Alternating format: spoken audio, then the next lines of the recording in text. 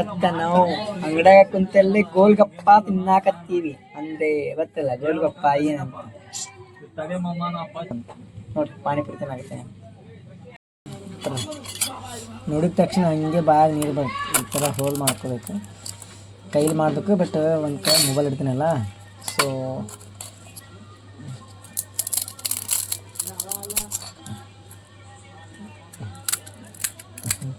ನಮ್ಮ ತಮ್ಮ ಎಕ್ಸ್ಪರ್ಟ್ ಇದ್ರ ಇದು ತಿನ್ನೋದ.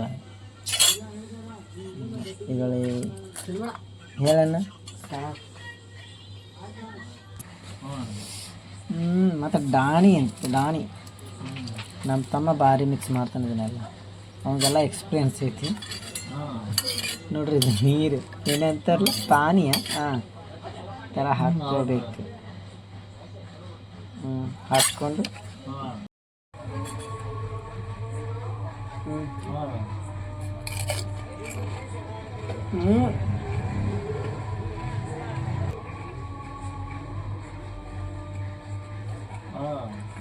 ಜಲ್ದಿ ಮಾತಾ ಬರೋಲ್ಲ.